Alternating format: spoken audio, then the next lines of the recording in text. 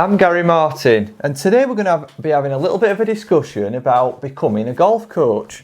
And this is a subject that's been sparked up by a conversation that I had by one of my sort of subscribers on Instagram, or followers should I say. Paul inboxed me because he's considering becoming a golf coach, or it's his ambition to become a golf coach, and he just didn't know where to start.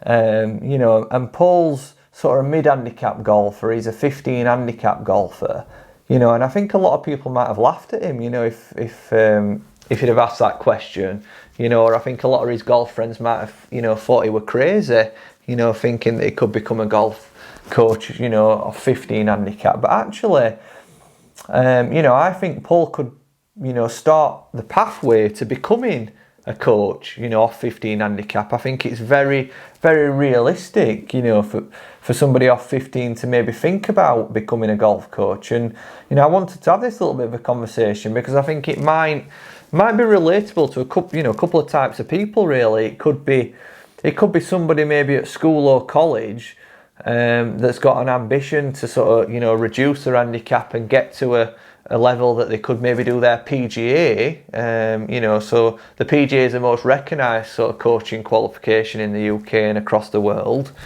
but maybe thinks that, if they can't get to 4, that there's no career for them in coaching. Or it could possibly be, somebody that's financially secure in life, that maybe is thinking, that as they get older, that they may want to go into a part-time job, or, find a job that they enjoy, like within the hobby. So, coaching, so it could be you could be that person that doesn't want an high-pressure job all your life, and, you want something a little bit sort of more that you're more enjoyable and less pressure, in your later years. So, I wanted to sort of have this little bit of a discussion because I thought, I think it's misunderstood, really. I think a lot of people feel like that you've got to be a scratch golfer to become a coach, and it's not really true.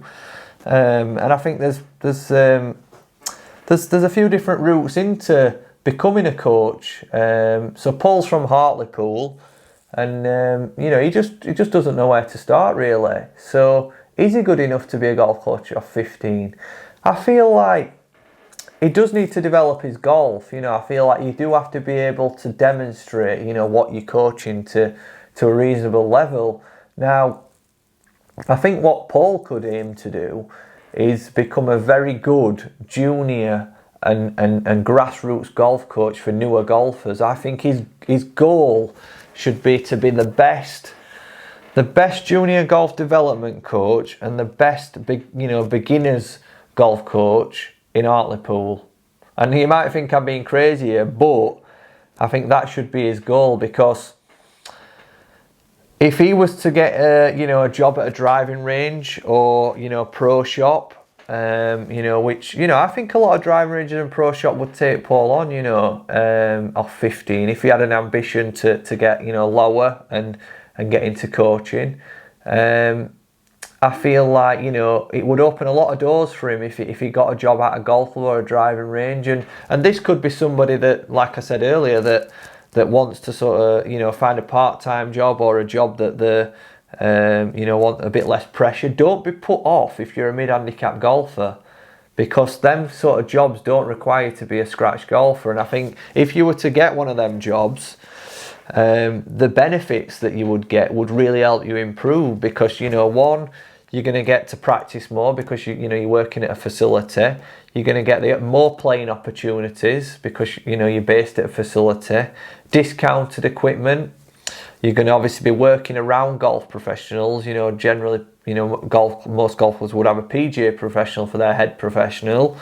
And I think you'd have more opportunities to play in competitions, with the members and things like that. Generally, when you work at a golf facility, the members are generally really keen to play with you, and obviously that would help you develop. So I think if you were to put yourself in that environment, Paul, and not think about, trying to get to 4 handicap and do the PGA, start the path now off your handicap, off the sort of mid handicap, get in the golf industry, and it might even be American Golf, you know, a retail outlet.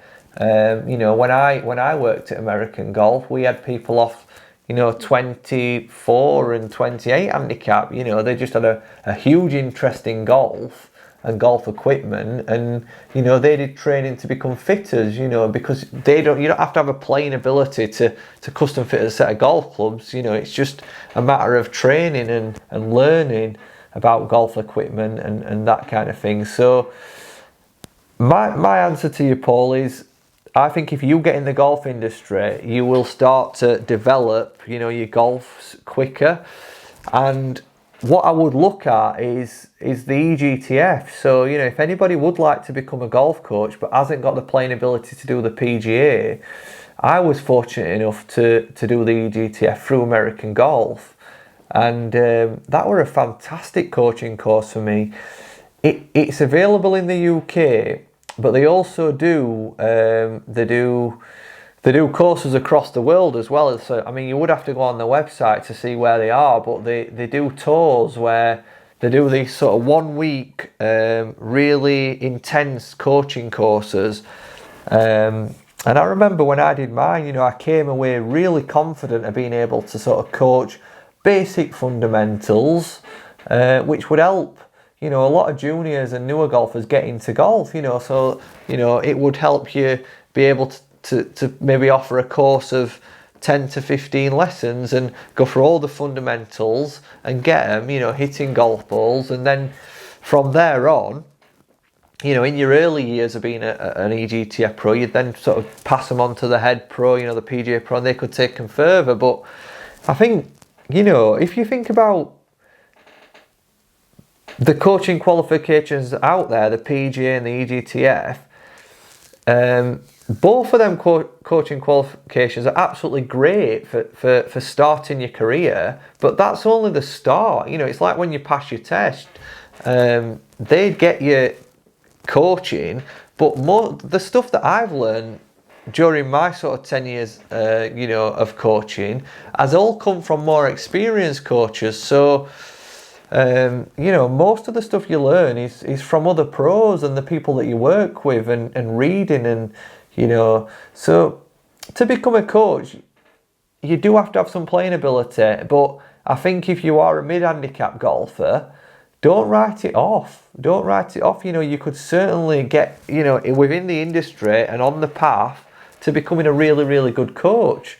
And like I said, you know, my advice to you would be to maybe look at doing the EGTF so that you can start coaching as a, you know, maybe a 9 to sort of 12 handicap golfer, and then, you know, hopefully because of what you're going to learn and being around pros and, you know, further developing your coaching, it will help you improve your game. And for me personally, I went on to do the PGA, and I'm really proud to be a PGA pro. You know, I think the PGA being a PGA pro is very recognised across the world, and you know, I learnt a lot during my years, you know, obviously training to be a PGA pro, and yeah, so I mean that would be the ambition, I suppose, for Paul, and I think that it is achievable, you know, but start on the path now. Don't try to get to 4 handicap and put it off, you know. If you're really keen to be a pro, get into the golf industry, and then that'll speed up your progression. And obviously, you know, you'll be learning about coaching because you'll be working around other coaches.